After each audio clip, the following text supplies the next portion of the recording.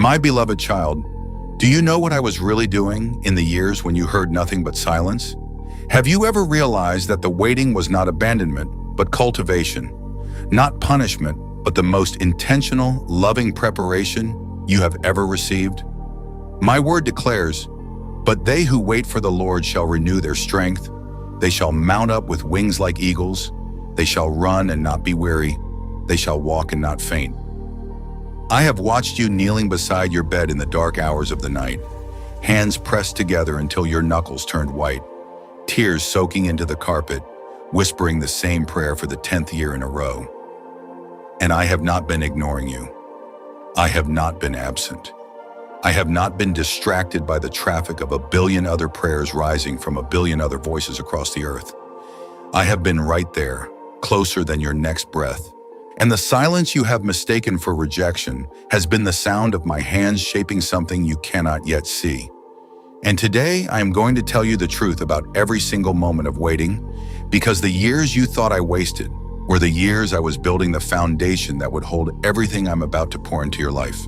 My child, imagine a gardener tending a vineyard in the cold, gray months of winter.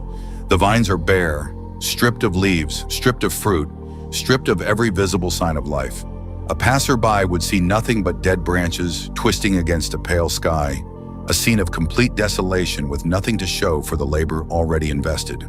But the gardener knows what the passerby does not. Beneath the frozen soil, the roots are drinking deep.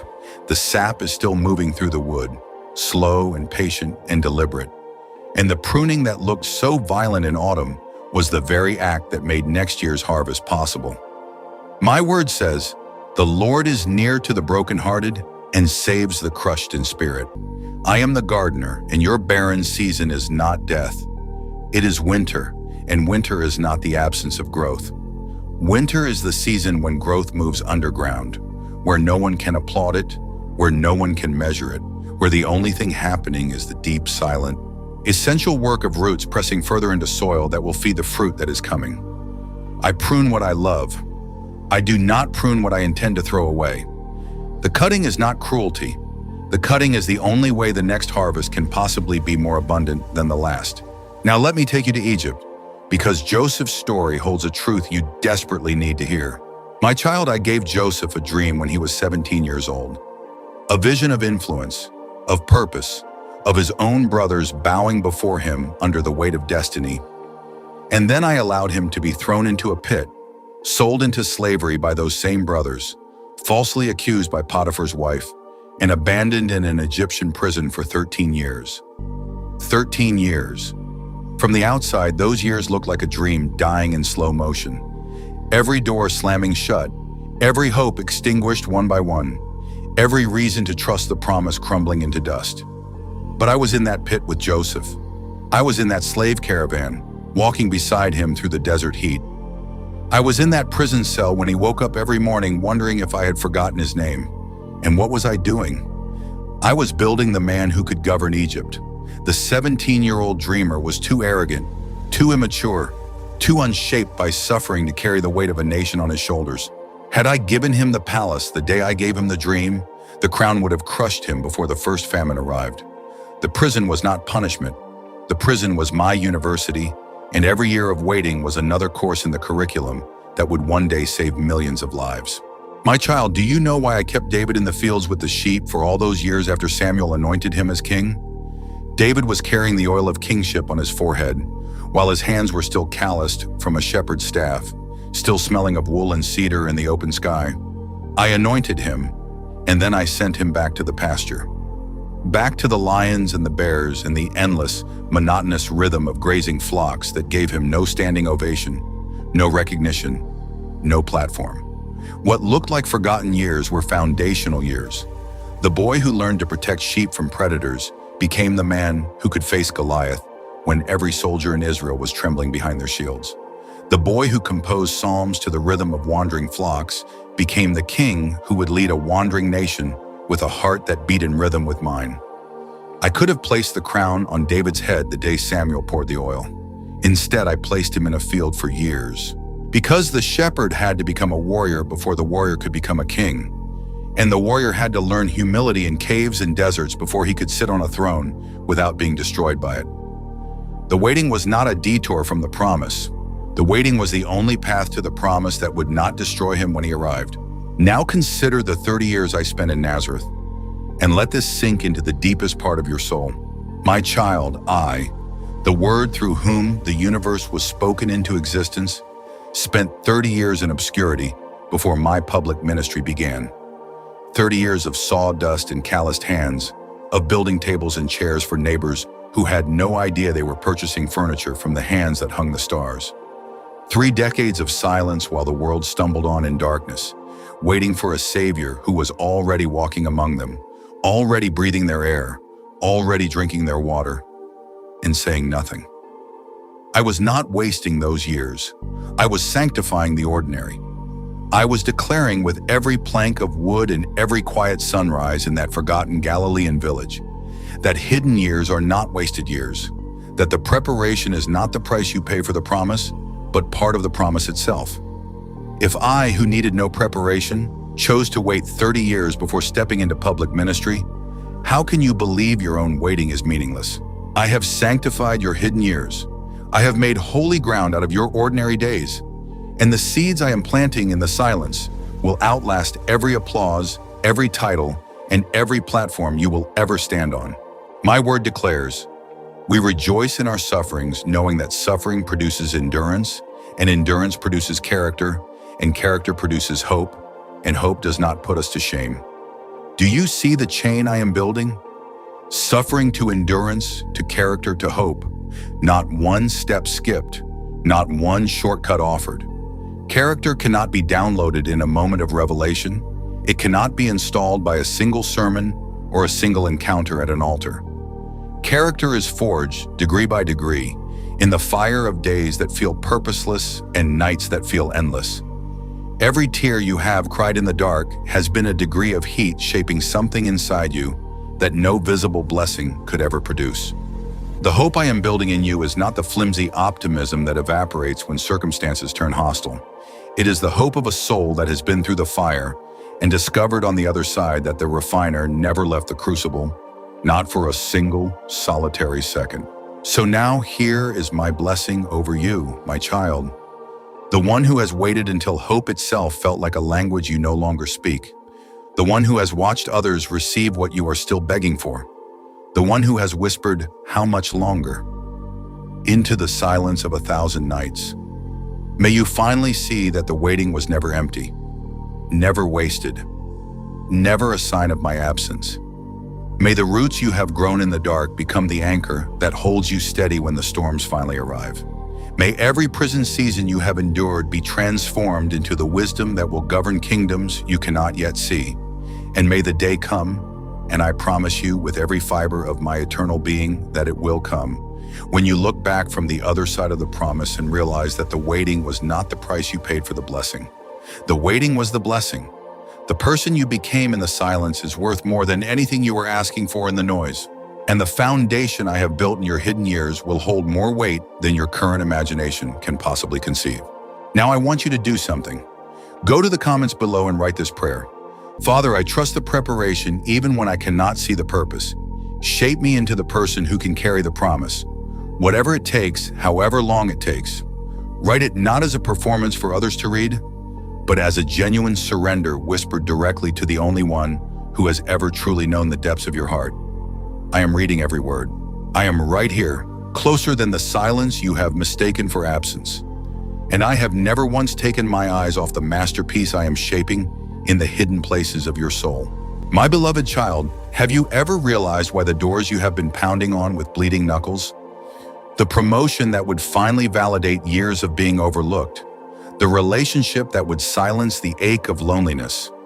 The breakthrough that would prove to everyone who doubted you that you were never as small as they believed, have remained stubbornly, impossibly closed, not because I have been deaf to your knocking, but because I have been strengthening the shoulders that would need to carry what lies on the other side. And you have been so fixated on the hinges that refuse to move that you never noticed the weight I was quietly, deliberately adding to your frame in the waiting room you have mistaken for a prison. Not because your prayers lacked the right words, as though the throne room of heaven operated on a currency of flawless rhetoric, and I were a reluctant king who could be persuaded only by perfectly crafted arguments.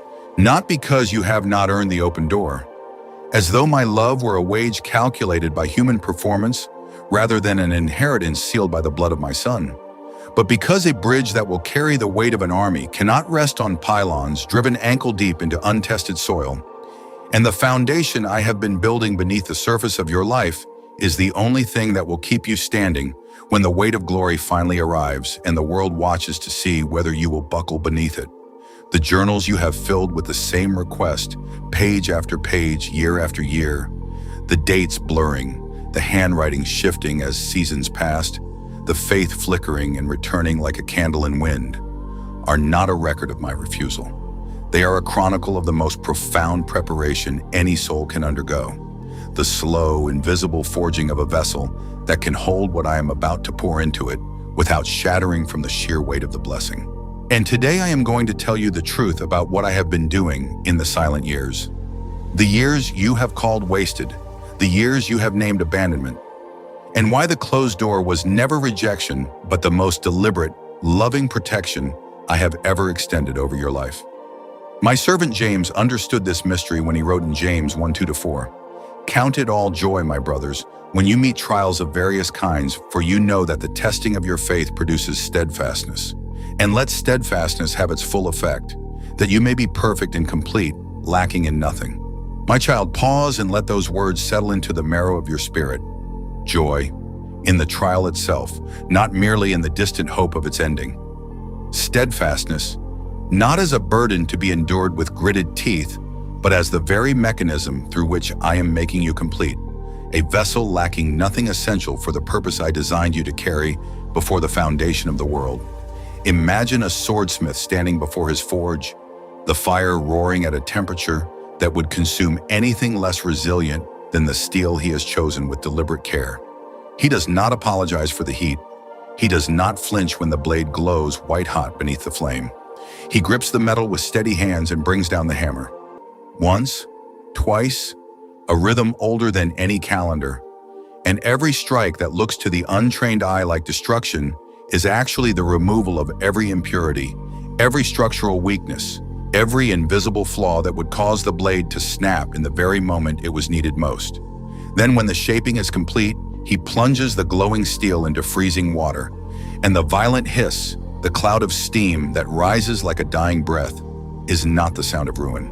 It is the sound of strength being locked into the metal at a molecular level, a transformation that can never be achieved without the shock of the cold. You have felt the hammer fall. You have gasped at the sudden plunge into water that stole your breath and made you certain you would not survive the quenching. But I have been forging a blade in you that will not break, and the very trials you have begged me to remove were the only instruments sharp enough to cut away everything that would have failed you in the battle ahead. My beloved child, the wisest king who ever drew breath, my servant Solomon, penned words in Proverbs 3:5-6 that have lost none of their power in the centuries since his quill first touched parchment. Trust in the Lord with all your heart and do not lean on your own understanding. In all your ways acknowledge him, and he will make straight your paths. Do you see what I am asking of you? Not that you would understand the path. I explicitly command you to release your grip on your own understanding as though it were a reliable compass. Not that you would map out the journey in advance and approve every turn before you take a single step, but that you would trust, not the visibility of the road, not the predictability of the terrain, not the absence of danger, but trust in me, the one who carved the path before you drew your first breath. A lighthouse is not built in a single afternoon. Its foundation must be driven down to bedrock, sometimes through water, sometimes through stone that resists every attempt to penetrate it. And the years of construction happen in obscurity, far from the shoreline, before a single beam of light ever sweeps across the waves. The sailors who will one day navigate safely through storms that would have dashed their ships against the rocks will never know the name of the builder who spent years in the dark, cold water laying stones no one would ever see. They will only see the light, And they will call it salvation, never realizing that the years of unseen labor were the price of every life that light would one day save. You are that lighthouse still under construction, still in the season when the visible structure has not yet risen above the waterline. And the people who will one day find their way home because of your light do not need you to rush the building. They need you to let me finish what I have started. My child, here is a revelation that will reframe every closed door you have ever wept before. When a potter sits at his wheel with a lump of clay that has collapsed, the walls that were rising beautifully one moment suddenly caving inward the next, the shape that was taking form now a formless mass again. He does not throw the clay away in frustration. He does not declare it worthless and reach for a fresh lump from a different batch. He presses it down. He centers it again. He wets his hands and begins the spinning once more. And the clay that seemed ruined beyond recovery becomes, in his patient hands, a vessel of greater beauty and strength than the first attempt could ever have produced. The collapse was never failure. It was the potter's opportunity to start again with clay that had been softened by its first encounter with the wheel. And what emerges from the second shaping carries a depth, a resilience, a capacity that the first attempt could never have achieved. Every time your plans have collapsed, every door that swung shut just as you reached for the handle, every opportunity that dissolved like mist the moment you stepped toward it, I was not punishing your failure. I was centering you again, wetting my hands, beginning the spinning once more with clay that had been made softer, more pliable, more ready to receive the shape I had always intended. A shape that would have been impossible without the collapse you mistook for rejection. My beloved child, I spoke through my servant Paul in Philippians 1:6, a promise that has never once wavered, never once been withdrawn, never once been rendered void by your weakness or the passage of time. He who began a good work in you will carry it on to completion until the day of Christ Jesus. Notice the word I chose, carry, not merely initiate, as though I lit a spark and then stepped back to see whether the fire would sustain itself through the wind and rain of a fallen world.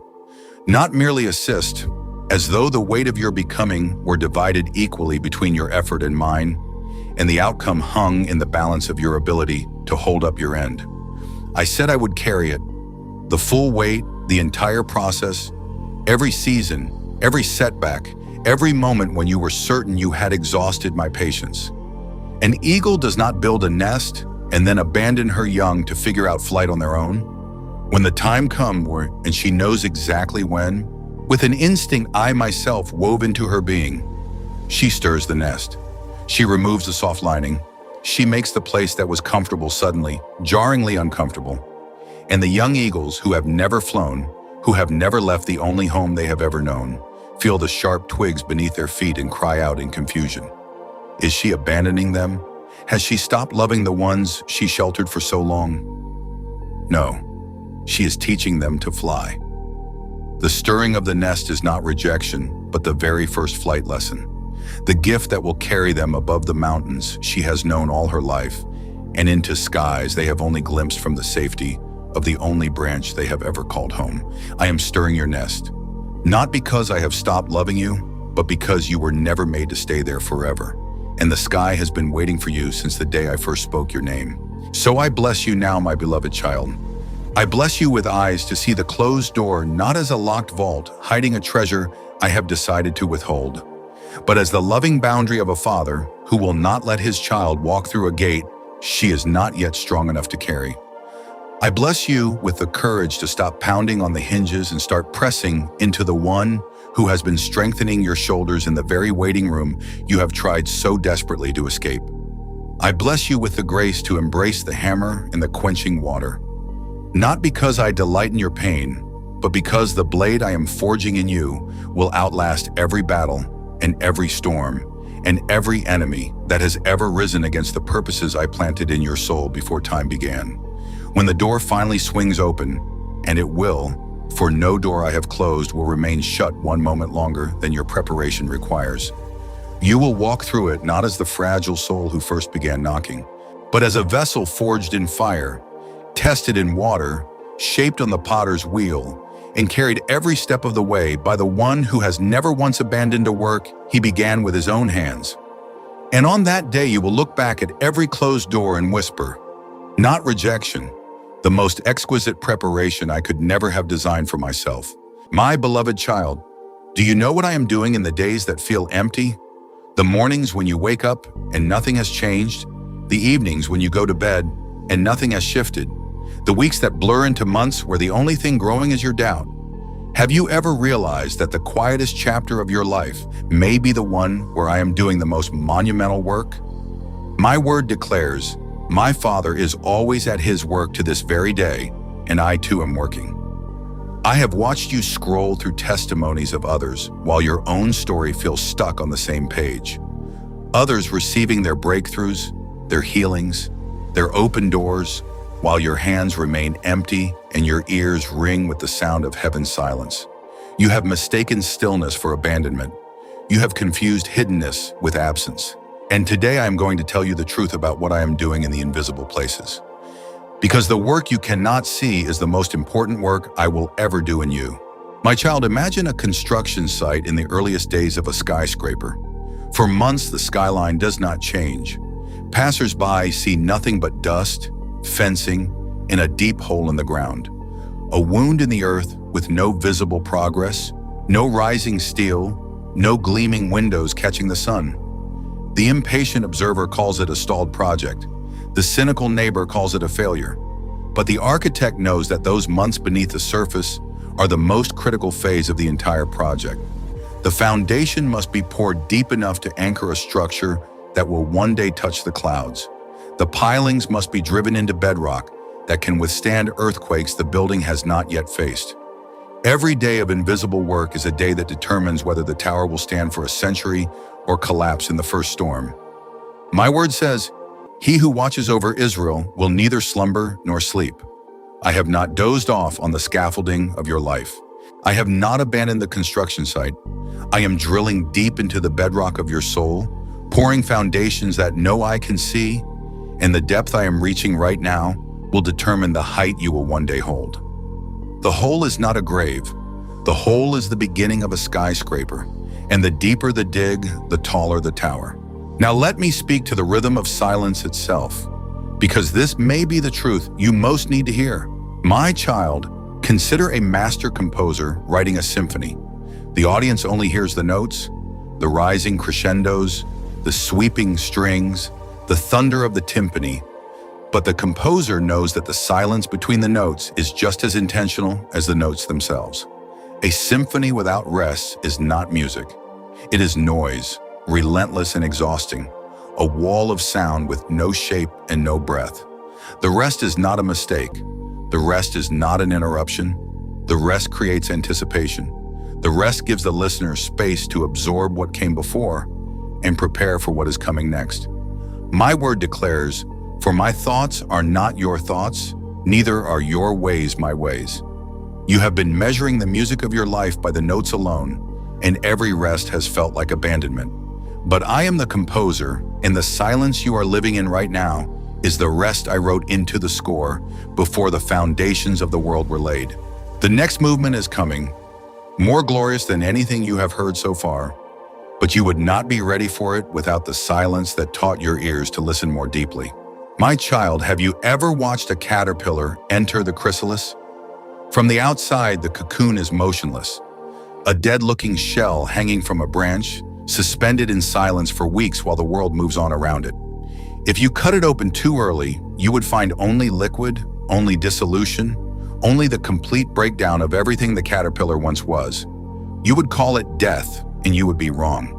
Because inside that chrysalis, at a cellular level far too small for the human eye to perceive, the most radical transformation in nature is taking place. The old body is being broken down into a cellular soup, and from that soup, something entirely new is being assembled. Wings, antennae, the ability to fly where the caterpillar could only crawl. My word says, for it is God who works in you to will and to act in order to fulfill his good purpose. I am not working in you at a surface level that you can track with your calendar and measure with your metrics. I am working at the cellular level of your soul, rewiring your desires, restructuring your instincts, transforming your very capacity to love, to trust, to hope. The dissolution you feel right now is not death.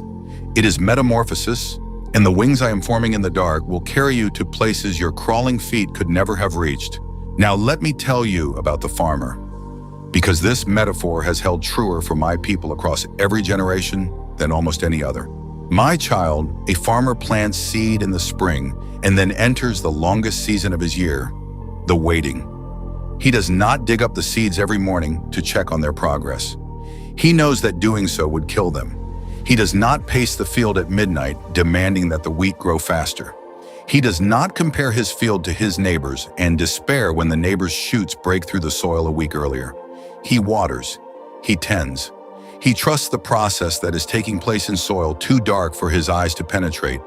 And then one morning, always later than he expected, always after he had begun to wonder, the first green shoots push through the earth, and the harvest that was invisible for months suddenly becomes undeniable. My word declares, He has made everything beautiful in its time. Not in your time, not in the time you would have chosen if I had handed you the calendar and the pen. In its time, the time I designed for it, the time that accounts for every variable your finite mind cannot calculate. The seed I planted in your life has not died. It is germinating in the dark, and the shoot will break through the soil on the exact morning I appointed for it. Not a day early, not a day late. So now here is my blessing over you, my child, the one who has mistaken stillness for abandonment, the one who has measured progress by what is visible and concluded that I have stopped working, the one who has compared your invisible preparation to someone else's visible harvest and felt the sting of being forgotten. May you finally see that what looks like nothing from the surface is everything beneath it.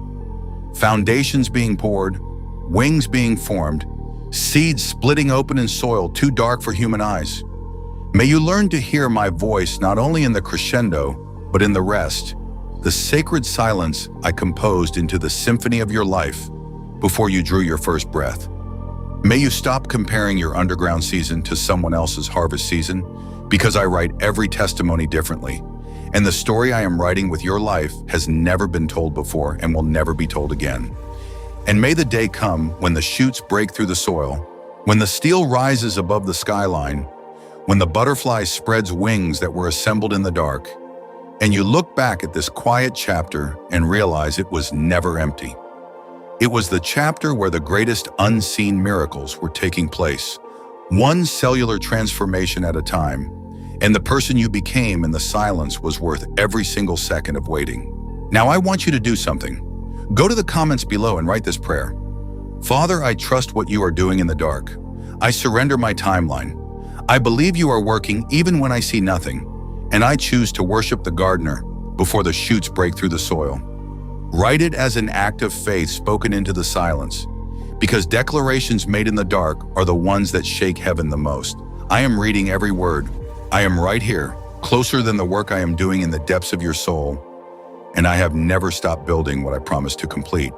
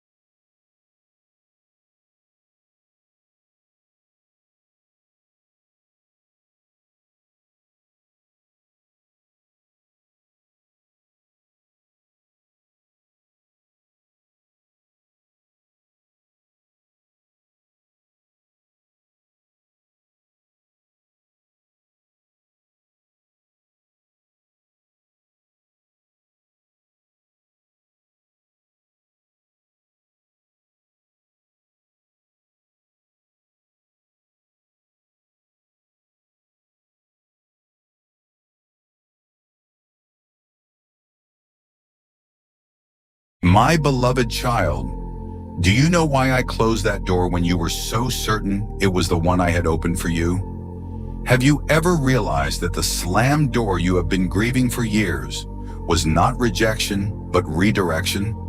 Not punishment, but the most urgent rescue I have ever performed in your life? My word declares, trust in the Lord with all your heart and lean not on your own understanding. In all your ways acknowledge him, and he will make your paths straight. I have watched you standing before that closed door with your forehead pressed against the wood, tears pooling on the floor beneath you, fists pounding until your knuckles were raw, whispering, "Why?" into the silence with a voice broken by betrayal. You were so sure that door was my will. You had prayed about it. You had sought counsel. You had taken every step in what you believed was faith. And when it slammed shut in your face, you assumed I had either lied to you or abandoned you entirely.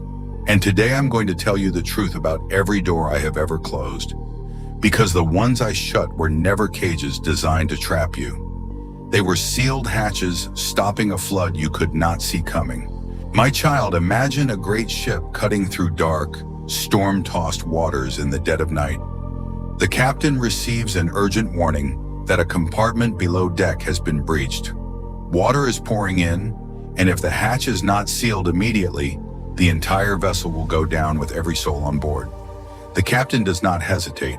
He slams the hatch shut and locks it, trapping the flood in a single compartment, while the rest of the ship sails steadily towards safe harbor.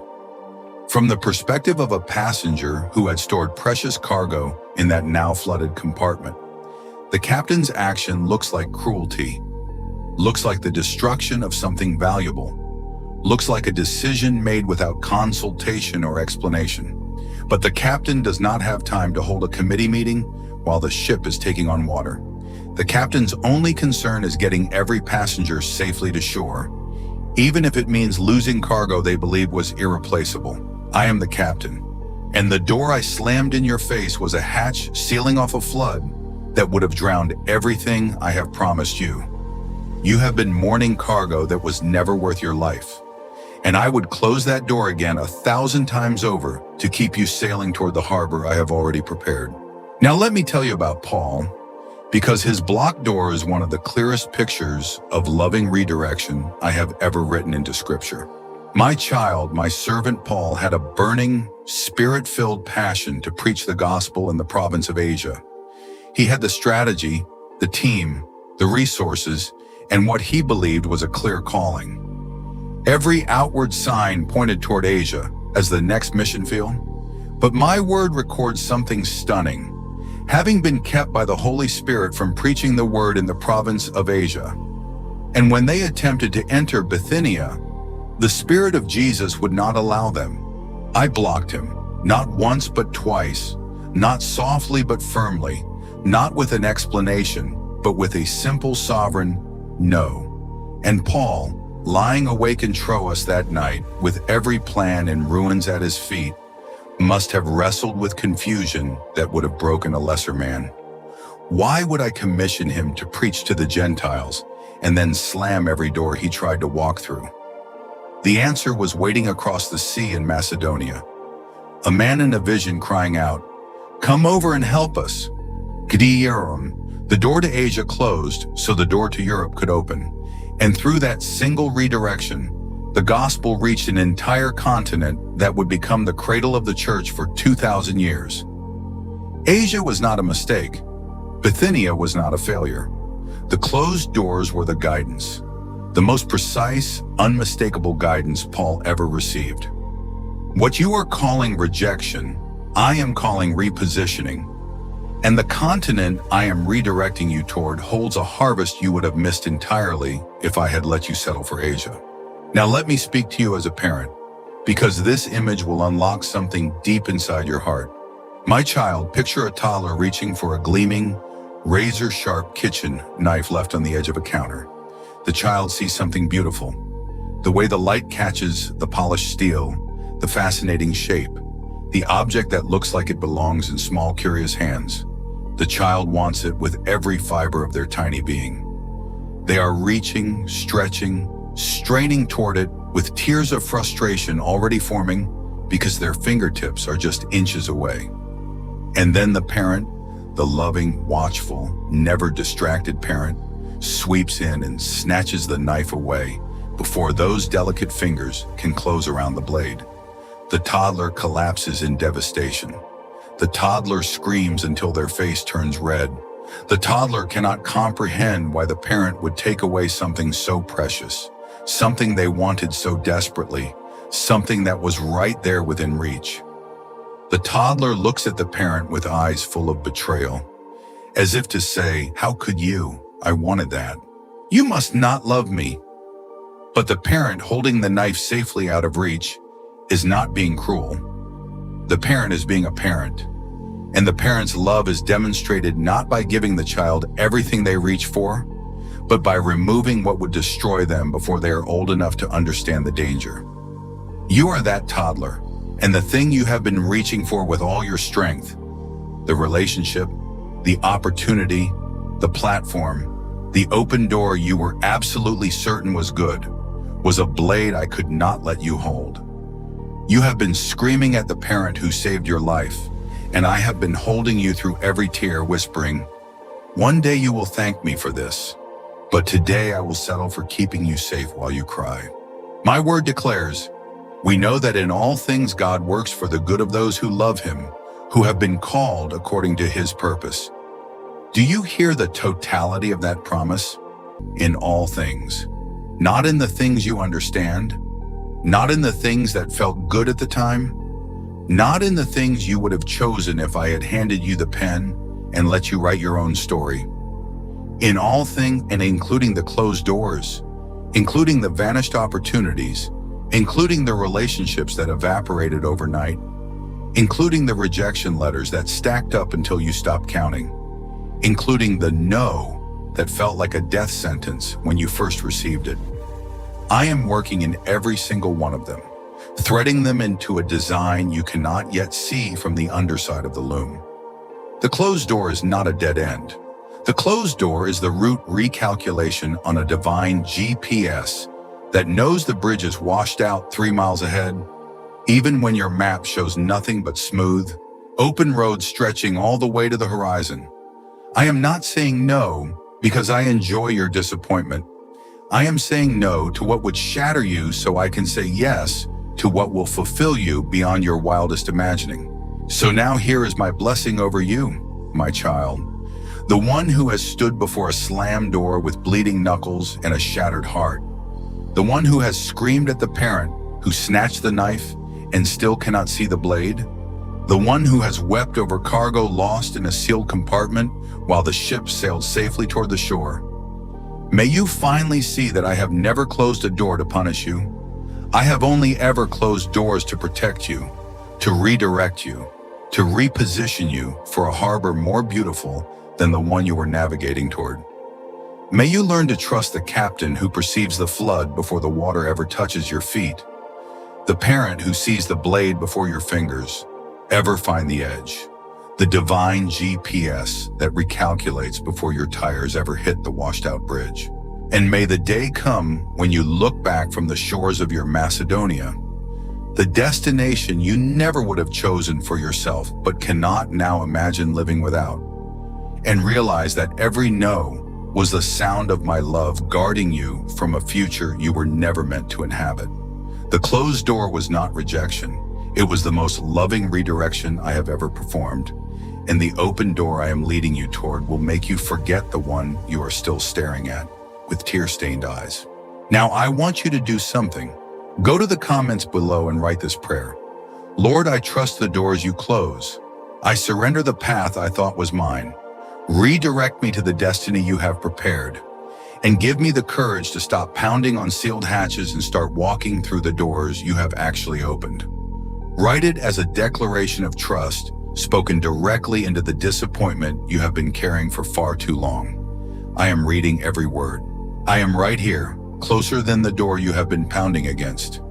And what lies ahead is so much greater than what I have lovingly closed behind you. My beloved child, Have you ever realized why the very circumstances you have begged me to change, the diagnosis that rewrote every plan you had written in ink, the relationship that splintered despite every desperate word you spoke to hold it together, the financial pressure that has stolen sleep for more nights than your body can count, the prayers you wept into a pillow at 3 a.m. only to wake to the same silence that met you the night before, have remained stubbornly, painfully unchanged, not because I have been distant, not because I have been unmoved, but because I have been performing the one surgery you never thought to request, the transformation of the heart that would have to carry either the continued weight of disappointment or the sudden weight of blessing. And you were not yet strong enough to hold either one without breaking, not because your tears failed to move me, as though the prayers you whispered through clenched teeth evaporated somewhere between your ceiling and my throne, not because your circumstances mattered less to me than they mattered to you, as though the God who stores every one of your tears in a bottle could be indifferent to the sorrow that produced them.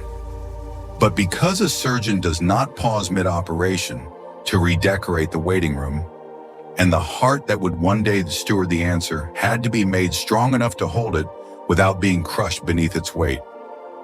The journals beside your bed, pages worn thin at the corners where your fingers trace the same request night after night, the ink fading in places where tears fell before the words had dried, have become not a record of my failure to answer, but the operating table where I have been performing the most exquisite, most delicate work your soul has ever undergone. And today I am going to tell you the truth about what I have been doing in the silence, the work so interior, so invisible to every instrument you have used to measure your progress, that you have mistaken the season of your greatest strengthening for the season of my greatest distance. My servant Paul declared this mystery in Romans 8:29. For those whom he foreknew, he also predestined to be conformed to the image of his Son. My child, pause and let those words settle into the quietest chamber of your heart. Conformed to the image of my Son, not merely rescued from discomfort, not simply relocated to easier terrain. Conformed, shaped, pressed, molded, refined, until the likeness of Christ is etched into the very fiber of your being, until the patterns of his heart become the patterns of yours, until what is true of him becomes increasingly true of you. Imagine a tapestry being woven on a loom that stretches from eternity past to eternity future, and you, from your vantage point beneath the frame, can see only the underside, a chaos of loose threads, knots that appear to serve no purpose, colors that clash in ways that offend the eye, dark strands cutting abruptly across fields of light with no pattern you can decipher. Every trial looks like a mistake from underneath. Every delay appears to be a tangled knot. Every disappointment seems to be a thread the weaver should have removed with sharper scissors and steadier hands. But I am working from above the loom, and what looks to you like chaos is, from my perspective, the emerging image of my Son being woven into the fabric of your life, thread by deliberate thread, shade by intentional shade. The dark strands are not errors. They are the shadows that will make the light unmistakable when the full design is finally revealed, and every eye that once pitied your waiting falls silent before the beauty of what I was making all along. I spoke through James in James 1:12. Blessed is the one who perseveres under trial, because having stood the test, that person will receive the crown of life that the Lord has promised to those who love him. Notice the word I chose through my servant. Blessed, not after the trial, not once the storm has passed, not when the answer finally arrives and the waiting room is a distant memory, but blessed while still under the weight of it. Because perseverance itself is already evidence that I am sustaining you with a strength that does not originate in your own reserves and cannot be exhausted by your own weakness. My beloved child, consider the roots of a vineyard planted on a hillside where the soil is thin and the wind is relentless. The young vine in its first seasons produces nothing. No clusters of grapes hang from its branches. No passerby stops to admire its beauty. No harvest is celebrated. The vine dresser who tends it spends those early years doing something that looks to every observer like negligence. He withholds water at strategic intervals, not because he has forgotten the vine, but precisely because he remembers it and knows exactly what it needs to survive the droughts that are coming. A vine that receives every drop of water it desires will spread its roots only in the shallow, soft soil near the surface. In the first scorching summer, the first season of real heat will wither it in a week and leave it brittle and fruitless. But a vine that must reach for moisture, that must drive its roots deeper and deeper through rock and hard clay and everything that resists its hunger, becomes anchored in places no surface storm can touch, drawing from reservoirs no drought can empty. The withheld water is not punishment. It is the vine dresser's most deliberate, most loving act of strengthening. In the years of barren branches, the seasons when no fruit appeared, and no harvest was gathered and no celebration was held, were never wasted. They were the years the root system was being built underground, in darkness, in silence, for a harvest so heavy that a shallow foundation would have toppled under its weight the moment the first cluster ripened. When Paul wrote in Philippians 1:6 that, "He who began a good work in you will carry it on to completion until the day of Christ Jesus," I chose the word carry deliberately. Not assist, not supplement, not cheer from the sidelines while you strained under the burden alone. Because the full weight of your transformation rests on shoulders that have never once buckled and arms that have never once grown tired. My child, here is a revelation that will reframe every waiting season you have ever resented. When a refiner places gold into the furnace, he does not walk away and hope for the best. He does not set a timer and return hours later to see what remains. He sits beside the fire, never taking his eyes off the metal, never allowing the temperature to rise 1 degree beyond what the gold can endure, never leaving his post for even a moment, because he knows exactly what he is watching for, and he will not miss it. The gold is ready when he can see his own reflection in its surface. The impurities rise to the top as scum, worthless, ugly, unwanted, and he skims them away, one by one, with a care that never rushes and a patience that never grows thin, until nothing remains between the gold and the image of his own face looking back at him from the molten surface. The fire was never about destruction, it was about reflection. Every trial you have endured, every heat you were certain would consume you, every flame you begged me to extinguish, was me sitting beside the furnace, watching the impurities rise, waiting for the moment when I could see my own image reflected clearly in the surface of your soul. And I have never once walked away from the fire while you were still inside it. Not for a single moment, not for a single degree of heat. Hebrews declares in Hebrews 12:11, "For the moment all discipline seems painful rather than pleasant, but later it yields the peaceful fruit of righteousness to those who have been trained by it." Peaceful fruit, not forced, not hurried, not produced by anxiety or clenched effort, but the quiet, unhurried harvest of a soul that has been trained in the furnace and emerged bearing the unmistakable reflection of the refiner. My beloved child, you believed I was preparing your future, and I was, but at the very same time, in a work far more intricate and far more eternal, I was preparing you for that future. Those two works have always moved together, like two hands shaping the same clay on the same wheel. One hand shaping the circumstances that surround you, the other hand shaping the heart that will live within them. While I arranged opportunities and connections and opened doors beyond your sight, my spirit was quietly arranging your character, your humility, your dependence, your capacity to carry weight without breaking. One work without the other would have left you with a blessing you could not hold and a heart too brittle to bear the weight of glory. An anchor does not prove its worth in shallow, still water where any stone would hold a boat in place.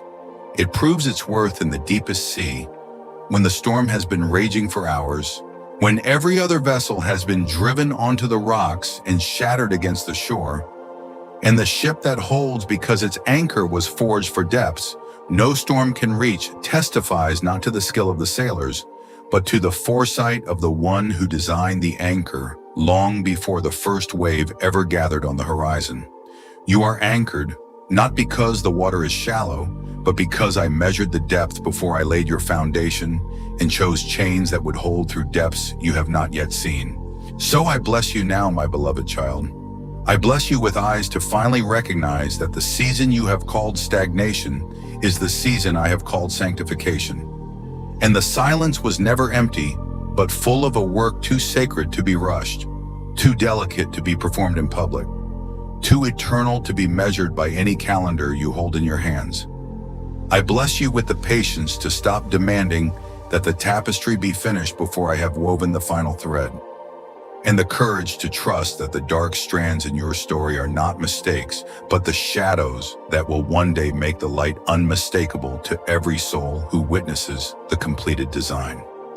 I bless you with roots that reach deeper than every drought, with gold refined past every impurity, with the quiet, unshakable confidence of a soul that has learned to trust the refiner, even while the fire still burns and the heat still rises. And when the day comes, and it will, for no furnace burns one moment longer than the purification requires, and no vine dresser withholds water one day beyond what the roots need, you will look back at every waiting season and see what you could not see while you were living through it. Not abandonment, not silence, not the withdrawal of my love, but the most attentive, most personal, most exquisite preparation any soul has ever received from the hands of a father who has never once taken his eyes off the gold.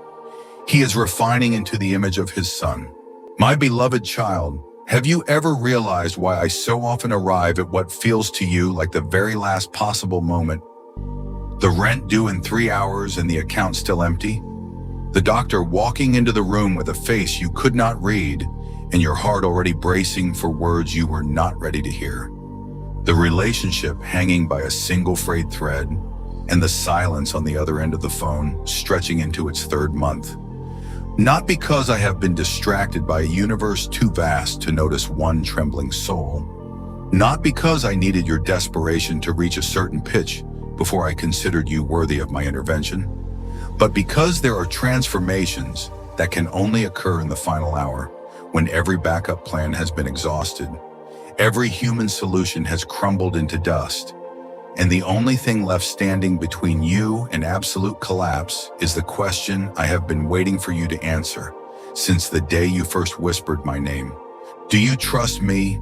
Not my timing, not my methods, not your understanding of what I should be doing, but me? Not punishment for insufficient faith.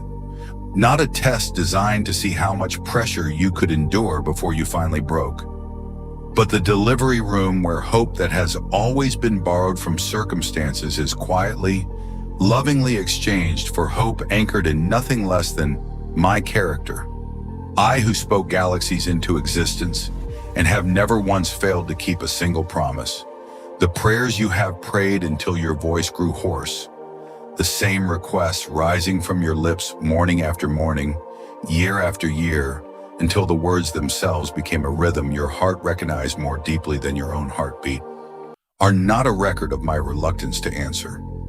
They are the labor pains of a faith that is about to be born into a dimension of trust you could never have reached if I had answered you on the first day you asked.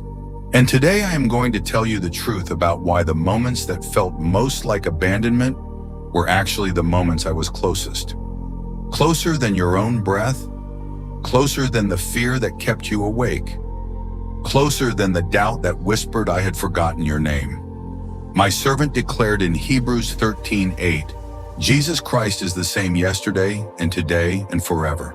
My child, pause and let those words steady the ground beneath your feet.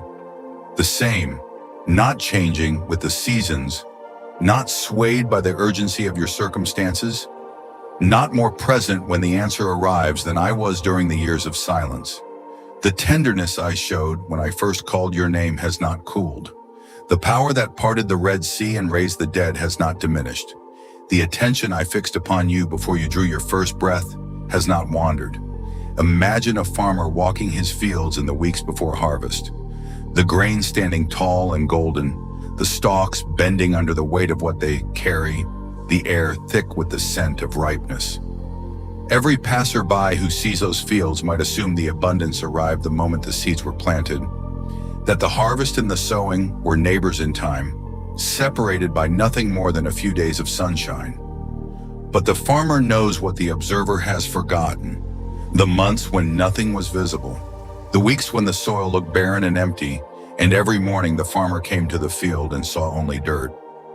The season when the seed was buried in darkness, silent and unseen, and no amount of anxious watching could make it sprout one day earlier. The harvest did not begin at the harvest. It began in the hidden months, in the quiet work of roots pushing through soil no eye could see, in the slow, deliberate transformation of a seed that had to die to everything it had been before it could become everything it was created to be. I spoke through Isaiah in Isaiah 30:18. Therefore the Lord longs to be gracious to you, and therefore he exalts himself to show mercy to you. For the Lord is a God of justice. Blessed are all those who wait for him. Notice the word I chose: longs. Not reluctantly agrees to be gracious after sufficient pleading. Not eventually capitulates when the pressure of your prayers becomes impossible to ignore. Longs, yearns, aches, burns with desire to pour out mercy upon you. The waiting is not reluctance. It is the farmer who loves the harvest too much to demand it before the roots have reached deep enough to hold the weight of what is coming. My beloved child, here is a revelation that will reframe every season of silence you have ever endured. When a fruit is picked before its time, torn from the branch while it is still hard and green and sour, it never becomes what it could have been. The sweetness that was meant to develop slowly, day by day, under the patient warmth of the sun, is lost forever in the rush to possess what was not yet ready to be given. The farmer who loves the fruit waits, not because he does not want to taste its sweetness, but precisely because he wants the fullness of that sweetness, the richness that can only come from days that seemed unnecessary to the impatient hand reaching for the branch. And a flower that blooms too early in the spring, the first warm day coaxing its petals open before the last frost has passed, is destroyed by the very season it trusted.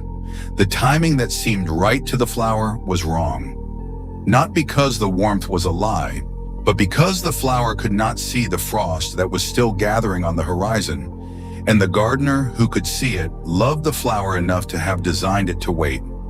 You have demanded that I pick the fruit before its ripening was complete. You have begged me to let you bloom in a season when the frost was still approaching, and when I held you back, when I kept the branch firm and the petals closed, you called it abandonment. But I was protecting a harvest you could not yet taste and a beauty you could not yet see. My servant Solomon wrote in Ecclesiastes 3:11, "He has made everything beautiful in its time." Not merely beautiful, as though beauty were a quality I could attach to anything at any moment, like a ribbon tied around a gift. Beautiful in its time, the time itself woven into the fabric of the beauty, so that the waiting and the arriving are inseparable threads in the same tapestry, and one cannot exist without the other. My child, perhaps the most misunderstood moment in all of Scripture is the one that unfolds in John's Gospel. When I received word that Lazarus, the friend I loved, the brother of Martha and Mary, the one whose home I had sat in and whose table I had eaten at, was sick, dying, and then dead. I waited, not because the message was delayed, not because I was occupied with matters more pressing than the grief of a family I loved. I waited until Lazarus had been in the tomb for 4 days, until the body had begun to decay, until every hope of healing had expired, until the window for a miracle had closed so completely that even the sisters who believed in me could not imagine anything beyond. Lord, if you had been here, my brother would not have died. As and I wept at the tomb, not because I was uncertain of what I was about to do, but because I had entered their sorrow completely, fully, without reservation, and the tears that fell from my eyes were real. Then I spoke, and Lazarus walked out of the grave. Do you see what I am showing you? If I had arrived when they first sent for me, if I had come while Lazarus was still breathing, still fighting the fever, still holding on, they would have witnessed a healing. They would have celebrated. They would have told the story for years, but they would have missed the resurrection. They would never have known that I had power, not only over sickness, but over death itself. That the last enemy, the one that every human heart fears most, was never a match for my voice, the voice that spoke the universe into being. Sometimes I allow the situation to move beyond every human solution, past healing, past repair, past any hope of recovery. Not because I have abandoned you, but because the resurrection I am preparing to reveal requires a tomb that is already sealed, a hope that is already dead, a situation that every observer has already pronounced hopeless. The last moment is not cruelty. It is the only staging ground for a miracle that no one can explain away. So I bless you now, my beloved child. I bless you with the courage to stop demanding that I pick the fruit before it has ripened, and to trust the hands that planted the seed, that watered the soil, that have watched over every day of your hidden growing with a love too fierce to rush. I bless you with peace that does not depend on the answer arriving by your deadline. Peace rooted in the unshakable truth that I, who wept at the tomb of Lazarus, weep with you in your waiting and have never once arrived a moment too late for anyone who trusted me.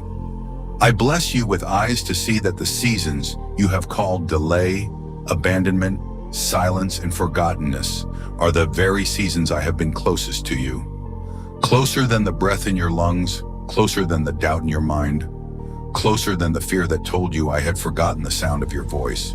And when the stone is finally rolled away, when what you thought was dead comes walking out of the tomb, and every voice that whispered too late falls silent before the glory of the resurrection, you will look back at every moment you thought I had abandoned you, and you will finally understand.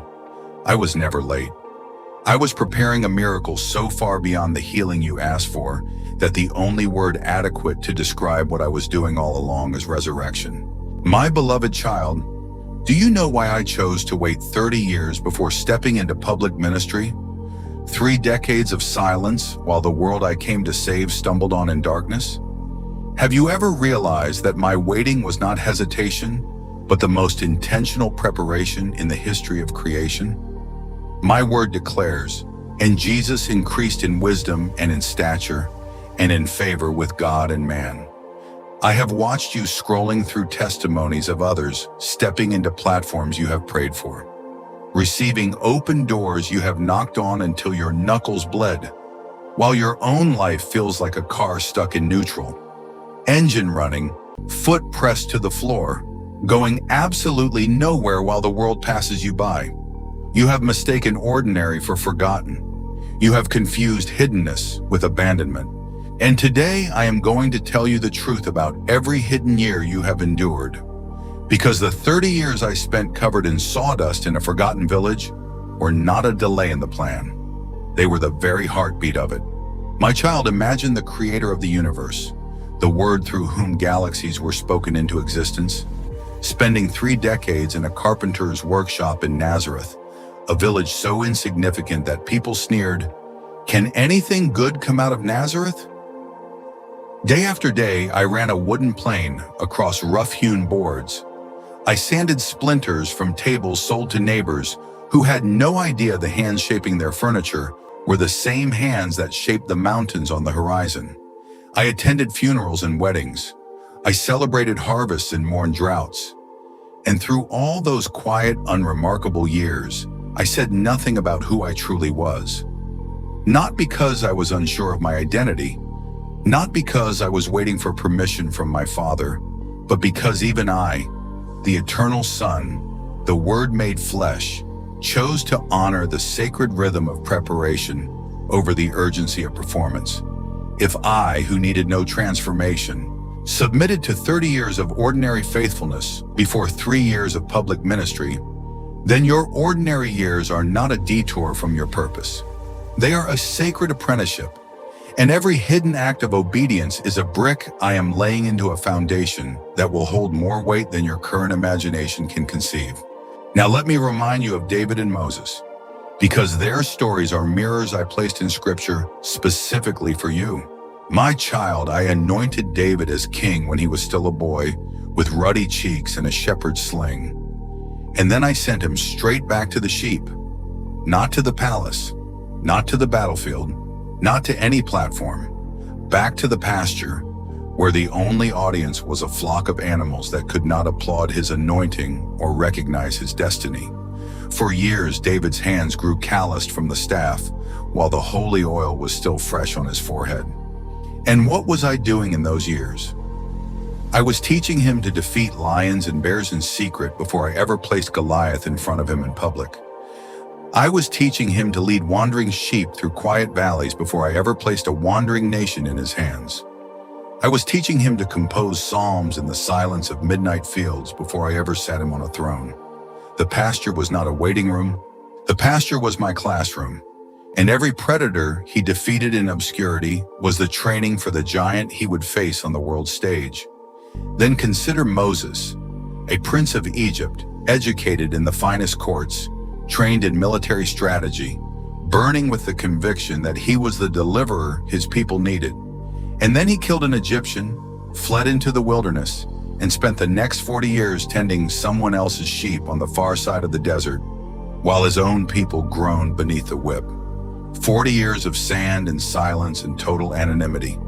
The palace taught Moses how to command, but the wilderness taught him how to listen. The palace gave him confidence in his own strength, but the wilderness gave him the humility to take off his sandals on holy ground. Without those 40 hidden years, Moses would have led Israel with the arrogance of Pharaoh, rather than the meekness of a shepherd who had learned to hear my voice in the wind. My word declares, when the fullness of time had come, God sent forth his Son. Do you see that phrase? The fullness of time? Not the earliest possible moment, not the most convenient moment, not the moment that would have made strategic sense according to every human calculation. The fullness of time, the precise instant when every prophecy had ripened, every preparation was complete, and every heart that needed to be ready was ready. I do not operate on your calendar. I weave according to a timeline that accounts for factors your finite mind cannot begin to calculate. And what feels like delay to you is simply the final unseen stitches being sewn into a garment I have been weaving since before the foundations of the world. My child, you have been measuring your life by visibility, counting only what can be seen, applauded, and measured by others. But my word says, one who is faithful in a very little is also faithful in much. I see every dish you have washed in an empty kitchen, every floor you have swept when no one was watching, every email you have sent with integrity, every child you have tucked into bed, every prayer you have whispered into the darkness, every temptation you have resisted when no one would have known if you had given in. These are not interruptions to your real calling. These are the scaffolding of your character, and character is the only foundation that can hold the weight of the glory I am preparing to entrust to you. A skyscraper that rises without deep foundations crumbles in the first storm. A tree that shoots up without deep roots is the first to fall in the wind. I am not delaying your purpose. I am deepening your roots so that when the harvest finally arrives, it will not destroy you. So now here is my blessing over you, my child. The one who has felt forgotten in the ordinary, the one who has compared your hidden years to someone else's visible harvest and felt the sting of being overlooked, the one who has wondered whether the repetitive, unseen rhythm of your daily life could possibly matter in a kingdom that is shaking nations. May you finally see that I spent 30 years in a carpenter's workshop before 3 years of public ministry. And those 30 years were not wasted. They were holy. They were necessary. They were the preparation without which the purpose would have been impossible. May you learn to honor your ordinary days the way I honored mine, as sacred ground where character